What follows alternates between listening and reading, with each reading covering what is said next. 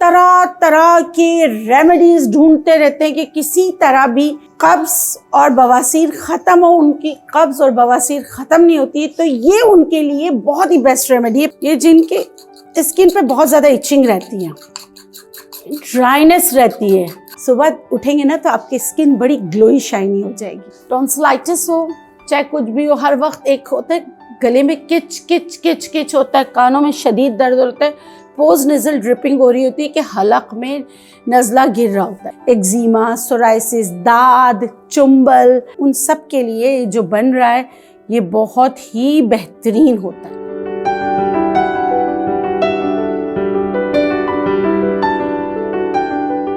बिस्मिल्लाहिर्रहमानिर्रहीम, अस्सलाम वालेकुम। इस उम्मीद के साथ मेरी सोशल मीडिया फैमिली खैरियत से होगी। मैं हूँ नेचुरोपैथ डॉक्टर बिल्किस। ये एक फल है दरख्त का जो बहुत इस्तेमाल होता है, बड़े सगीर पाको हिंद में इस्तेमाल होता है। अच्छा, अंग्रेज़ी दवाइयों में या एलोपैथिक में इसका सिर्फ गूदा इस्तेमाल होता है, मगर नेचुरोपैथी में इसकी जड़ भी इस्तेमाल होती है, इसका फल भी इस्तेमाल होता है, इसका गूदा भी इस्तेमाल होता है। यहाँ तक कि कॉलिकी बच्चों के लिए भी इसको अलग तरीके से बनाया जाता है। जिनको शदीद बच्चों को कब्ज़ होता है तो उनके लिए भी ये बहुत अच्छा है, बड़ों के लिए भी अच्छा है, स्किन के लिए अच्छा है, और किन किन चीज़ों के लिए अच्छा है उसके लिए आपको देखनी पड़ेगी ये पूरी वीडियो। तो चलिए वीडियो स्टार्ट करते हैं। अमलतास का कहवा बनाएंगे जो आपकी गट हेल्थ को अच्छा करेगा, साथ में कॉन्स्टिपेशन को ख़त्म करेगा, आपकी स्किन को बेहतर करने में आपकी मदद करेगा। याद रखिएगा, अगर आपकी गट हेल्थ अच्छी नहीं है ना तो आपकी स्किन बहुत ख़राब हो जाती है। दोनों मसले का हल है अमलतास में। तो अमलतास से हम बहुत अच्छा कहवा बनाना बताएंगे। अमलतास की फली लेकर आप आ जाए, लेकिन अमलतास का जो गूदा है यहाँ हमने निकाल के रखा है, इसको हम कंज्यूम कर लेंगे। इस गूदे को अगर आप ज़्यादा अरसे तक बाहर रखेंगे ना तो ये ख़राब हो जाएगा। जैसे ही ये अपनी जो गूदा जो है इससे अलग हो जाता है तो वो जो है अपनी इफादियत आहिस्ता आहिस्ता जो है वो ख़त्म कर देता है। तो हमें जो हम ये गूदा यहाँ पे देखिए मैंने निकाल के रखा हुआ है, इसको इस गूदे को आप इससे अगर निकालेंगे तो इसको इस्तेमाल जल्द कर लें। अमलतास का गूदा कभी भी सिंगल रेमेडी के तौर पे उबाल कर छान कर इस्तेमाल नहीं करना चाहिए। आपने इसका इस्तेमाल अव्वल तो इसको अगर आप इसको उबालेंगे तो इसकी सारी इफादियत, इसकी न्यूट्रिएंट्स जो है वो ख़त्म हो जाएंगी, ये आपके काम नहीं आएंगी। हमें क्या करना है, यहाँ देखिए मैंने रखा है, जब भी आप इसको इस्तेमाल करें दो चीज़ों के साथ इस्तेमाल करें तो इसके जो मुज़िर असरात हैं वो कम और ख़त्म हो सकते हैं। मैंने यहाँ लिया है, कहवा बनाना बता रही हूँ। ये कहवा किन किन चीज़ों के लिए अच्छा है पहले मैं वो बता देती हूँ। और बिग नो किन के लिए है, जिनको डायरिया रहता है, लीकी गट का मसला रहता है, वो ये इस्तेमाल नहीं कर सकते। उसके अलावा इस्तेमाल कौन करेगा, जो पाइल्स के मरीज़ हैं, जिनको बवासीर रहती है, बवासीर कब्ज़ के साथ रहती है, शदीद तरीन कब्ज़ के साथ रहती है, इन्फ्लुटेंस होता है, उफारापन होता है, पेट फूल जाता है, तरह तरह के रेमेडीज ढूंढते रहते हैं कि किसी तरह भी कब्ज़ और बवासीर ख़त्म हो। उनकी कब्ज़ और बवासीर ख़त्म नहीं होती, तो ये उनके लिए बहुत ही बेस्ट रेमेडी है। पानी को पहले गर्म कीजिए, जैसे हमने 1.25 कप 1 से 1.5 कप पानी डाला है। पानी को पहले मैं जोश दे रही हूँ। जोश देने के बाद ढक देती हूँ, जोश आ जाए। जोश देने के बाद इसमें जो चीज़ें डलेंगी ना वो मैं आपको बता देती हूँ। जब तक जोश आ रहा है, सौंफ 1 चम्मच, इमली मैंने 4 से 5 भिगोई हुई है, इमली का पानी, उसके साथ फिर मैं अमलतास लूँगी। अमलतास के जो ये गूदा है ना, सिर्फ देखिए इतना ले रही हूँ और बीज हटा रही हूँ, इसमें बीज नहीं है, ठीक है, बीज नहीं है। और ये अमलतास का गूदा है। सिर्फ 3 गूदे मैंने लिए हैं। पहले मैं डालूँगी सौंफ 1 टीस्पून से ज़्यादा, सही है, 1 टीस्पून हीप यानी भरकर 1 टीस्पून। इसको ढककर थोड़ा सा जोश आने तक पकाऊंगी। उसके बाद जो है ना इसमें मैं इमली का पानी और ये जो अमलतास का गूदा है ये शामिल कर दूंगी। इसको आप गर्म पानी में डालिएगा, इसको ज़्यादा पकाइएगा नहीं, पकाने से इसकी इफादियत ख़त्म हो जाती है, ठीक है। ये देखिए जोश आ गया, इसमें अब डाल रही हूँ इमली का पानी। देखिए इमली 4 से 5 इमली थी और मैंने 1 कप पानी में डाला था। ये डाल दिया, ठीक है। चूल्हा बंद कर रही हूँ। चूल्हा बंद करके 1 से सवा कप जो था मेरा पहले पानी लिया था, इसको मैंने उबाला था, यानी हल्का गर्म करने के बाद मैंने इसमें सौंफ डाल दिया ताकि सौंफ का अच्छी तरह इन्फ्यूजन हो जाए। उसके बाद मैंने इसमें 3 अमलतास की फलियों का गूदा लिया था, वो इसमें डाल रही हूँ। चूल्हा बंद कर दिया है और इसको इन्फ्यूज़ होने देंगे। ये जिनको शदीद कब्ज़ रहता है वो दिन में 2 बार लेंगे, 2 दफ़ा लेंगे। ये 2 कप बन गया है ना, 2 दफ़ा लेंगे, छान कर लेंगे। इससे इंशाल्लाह कॉन्स्टिपेशन का मसला हल होगा। उसके साथ आपको क्या फ़ायदे मिलेंगे? गले में अगर दर्द होता है, नज़ला, ज़ुकाम, खांसी है, तो उसमें ये आप कीजिएगा, इससे बहुत ज़्यादा आराम आता है। दूसरी अमेजिंग रेमेडी है कि बाज़ लोगों का क्या होता है कि बहुत ज़्यादा वो पूरी ज़िंदगी जो है ना, पूरी ज़िंदगी अलग अलग डॉक्टर्स के पास जाते रहते हैं और है ना अपना ट्रीटमेंट कराते रहते हैं।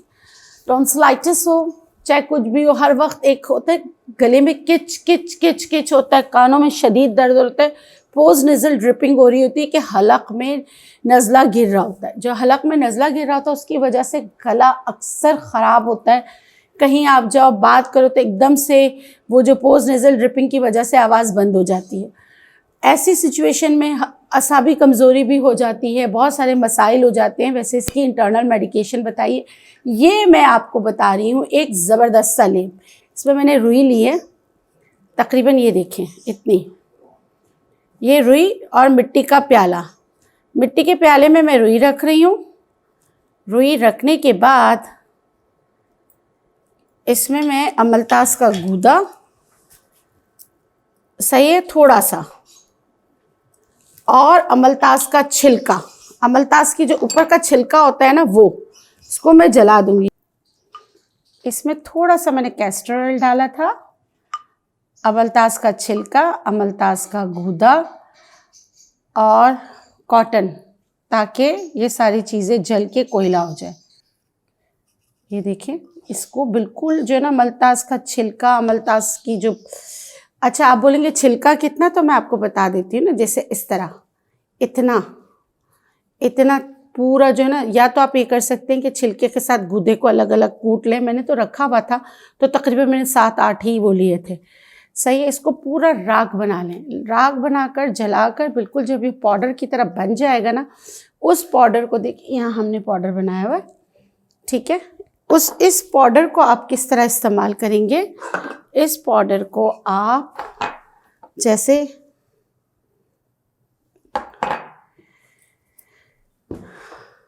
कोकोनट ऑयल ज़्यादा बेहतर है। ये पाउडर बहुत पहले बनाया हुआ है, ठीक है। आपका ये पाउडर बनेगा, आप भी पाउडर बना सकते हैं, लेकिन जहाँ जल रहा है ये जलेगा, ठंडा होगा फिर, ठीक है।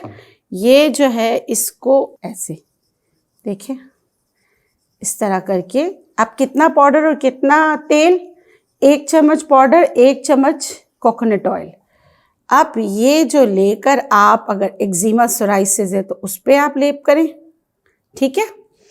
और अगर गले का, जैसे मैंने आपको बताया कि गले में दर्द बहुत होता है, पोस्ट नेज़ल ड्रिपिंग होती है, तो यही वाला ऐसे करके लगाएं। और ये बच्चों को भी लगा सकते हैं, मम्स आ गए, कनपेड़े जिसे कहते हैं, या गले में बहुत ज़्यादा दर्द होता है, टॉन्सिलाइटिस हो जाती है, तो देखिए ये है पूरा एरिया, यहाँ से ये सारा आप ये लगाएं।